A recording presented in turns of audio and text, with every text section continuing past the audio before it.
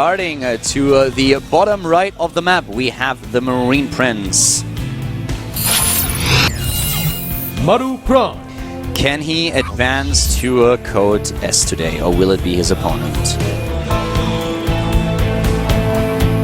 His opponent here to the top right in the blue.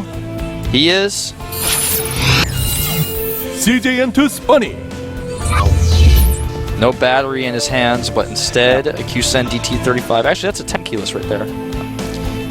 By the way, DRG also lost his opportunity to get the Nestea award, and Yes. Lenok just secured himself his own very own Nestea award.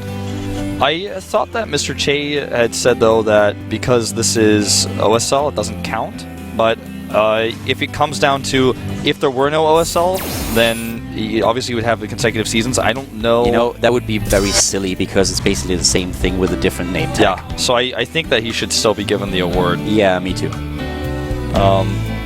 It just, I guess it comes down to the technicalities of it. Bunny goes for gas here, and Maru does not. A little bit uncharacteristic of Maru. You know? Maru already has his gas. Oh, we are talking about Maru here. Okay, I was like, I just looked at the production tab, and I was thinking about Premier Leagues and OSLs and things of that nature, and I missed that Maru gas. Of course Maru went gas first. That's what I was like, it's a little bit weird. But yeah, Bunny has his gas too, so the gas first not going to give him too much of an advantage. I want to give a quick shout out to Devin. He just messaged the two of us on Twitter that Bunny was 19 when he qualified for Code A. And yeah, Maru is still 15 years old. He will turn 16 in July. Born 97. And we also got the information. What you said is, at least people telling us that it's true that Mr. Che said this season doesn't count towards the Nestea award. I personally find this a bit silly, but yeah. Yeah. What I think of that matter, it doesn't really matter. So in this case, well, I mean, it's strange for sure. But we have the Reaper coming out now for Bunny. He's just gonna do a Reaper expand, whereas Maru goes into what starts to feel more and more like a Hellbat drop. He's taking his second gas at around that timing, and we've seen this work so well in this matchup in the past. And goodbye, SUV. SUV trying to be a hero here. He knows the spawning location now, which is as much as he would like to know. He also knows it was a Reaper. Oh, nice attempt here by Maru, but he will not be able to keep the Reaper out. And so Bunny is going to see everything. Yeah, Bunny sees everything at least if he wants to. Looks like he doesn't. Yeah, this is kind of crazy. He didn't see anything. He's like, you have our depot over here. I know where your depot is kept. Here comes the two Reapers, and in fact, he can fight these Marines, and he will kill them. Oh! With good micro, he can do so much here. Ooh, that was close. Good micro so far. And he scouts that it is, in fact, Cloak, and he can verify this once more. You know what? I'm not sure if he saw that. I don't think he did. I really don't think he did. No, he didn't see it. He didn't spot it. Wait, did he? Oh, no. He saw only the Tech Lab. He doesn't know if it's Cloak or not. Yeah, he knows that there's a Tech Lab there, but that's it. Really interesting. And with good micro, and that's something that Maru certainly has, you can do so much with the Cloak Banshee. Yeah, and even, you know, knowing is only half the battle. You have to get your Viking out, which he does start his starport.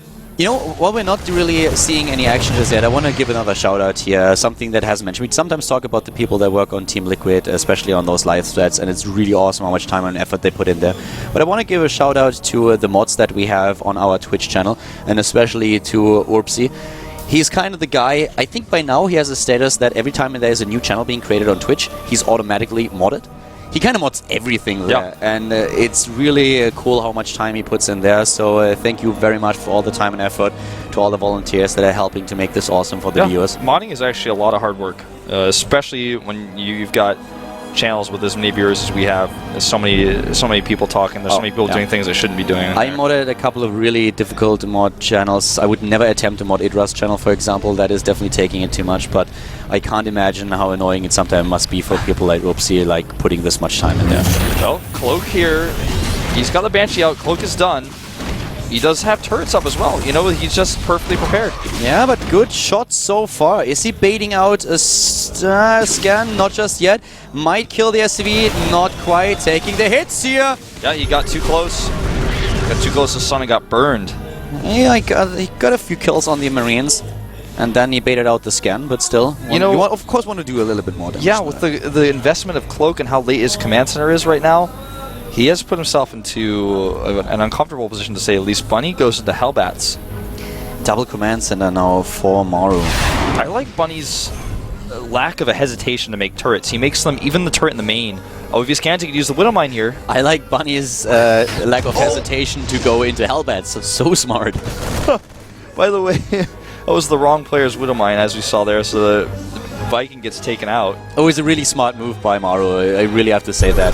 That was quite something. Positioning that Widow Mine there in the first place and then baiting those units in. The Hellions are lucky. Close, but they see it. But taking down another Marine. One scan almost killing 2 cloaked units. That would have been pretty cool. This is really all about the question, how much damage will those Hellbats really do? Because Maru will get a lead in economy if Bunny doesn't do any damage, since he has now the double command center completed and will go into the orbitals here. He also has a siege tank that gives him some safety. It's really about the Hellbats here. Yeah, it is. You know, he's even making Maru, that is, another Banshee. He has the siege tank lead, of course, as well, because of the Hellbats. So he could actually hit a timing with his Banshees and siege tanks. Oh, he is just going in all out right now. Balls to the wall here. Nice position for Maru that he found for himself here, taking down a few SCVs, backing off, and baiting another scan. Most important, though, more important than anything else, is he saw that armory, and he immediately pulls it back into the main. He's like, nope. You know, those Banshees that he has will be amazing to defend against this. Yeah. That will really help him. What is the best unit to counter a Hellbat? Something that the Hellbat can't attack. Exactly. And even with the siege tank here are going to be helpful.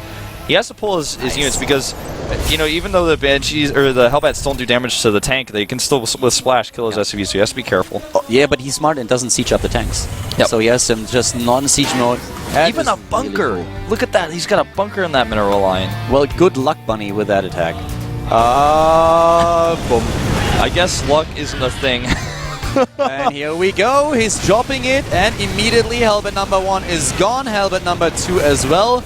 And Maru takes a significant lead.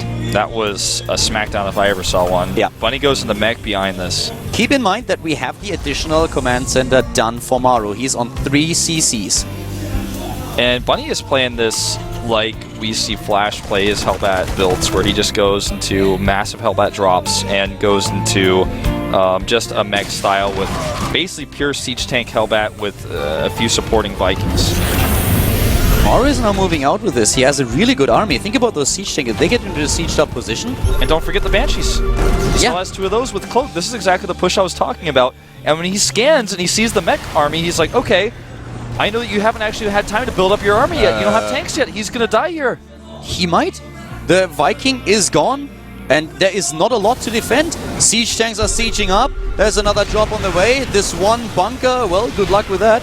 At least he can force a lift of the command center and deny mining time. Yeah, not a whole lot of SCVs killed, but the mining time you're talking about is so important. This bunker will still hold true. Here come those drops with additional Hellbats, and that's the way that Bunny could bounce back into the game. Yep. But nice reaction time here by Maru. Good pulls, and the siege tank production, though, for Bunny will keep Maru back. He's not going to die right out, but he's being starved right now, and the Banshees are actually pushing through here. The Banshees are amazing for him. No Both scans. siege tanks are gone. He doesn't have scans. He doesn't mine from the natural. Maru is on 3 orbitals. He's dropping now in overall harvester supply because he had 2 Hellbats in the natural once again. But still, with the extra mules, he can completely afford this. Every single tank that's come out was killed. He can lift that all he wants, but the Vikings here, you know, all he has is Vikings, really. That's what Bunny has. And here come the Marines to greet them. He's going to take out several of the Vikings. Wants to get that factory. He needs to be careful of the siege tanks, though. Yeah, but he's now in the main base. He's in the main base. He's taking down one of the rounds. He can take down another factory. Has to deal with those Hellbats first, though.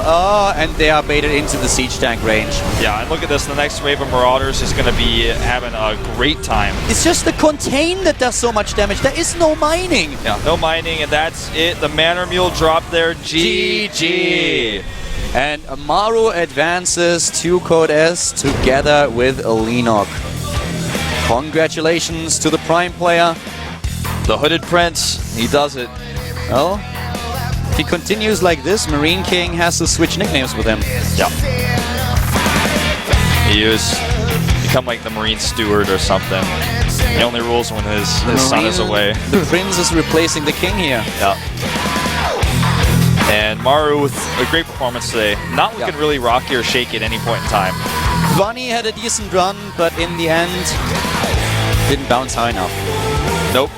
But I'm looking forward to him in our next Challenger League. Yeah, me too. Because I think that he's somebody that, even though he wasn't able to get through, definitely has some great potential, especially with his aggression. He has shown good games.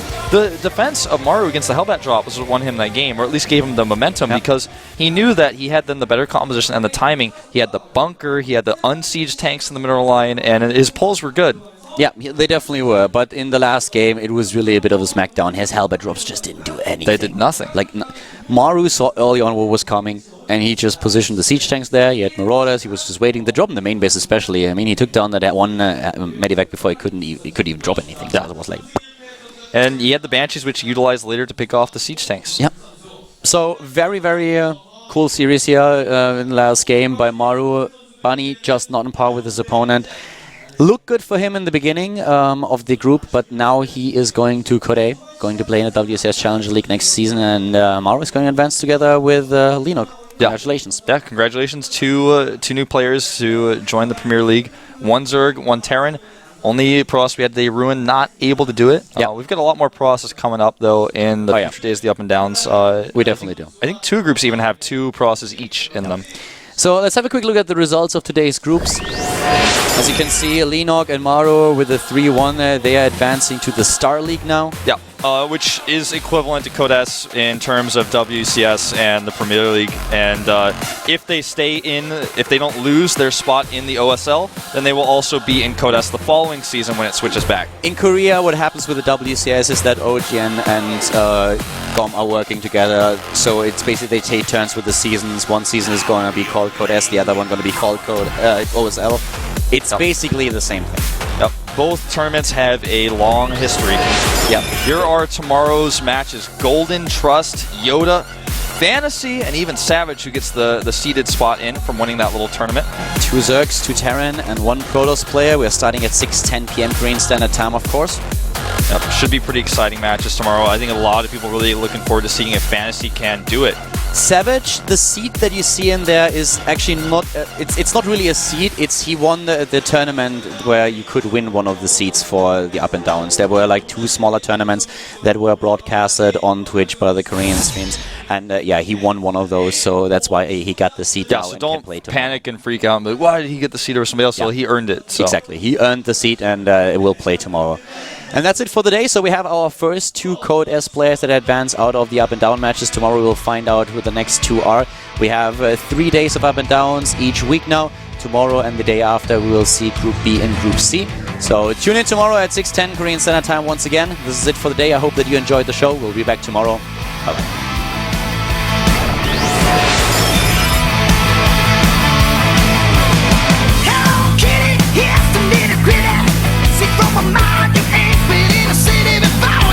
Sassy, rock and roll classic.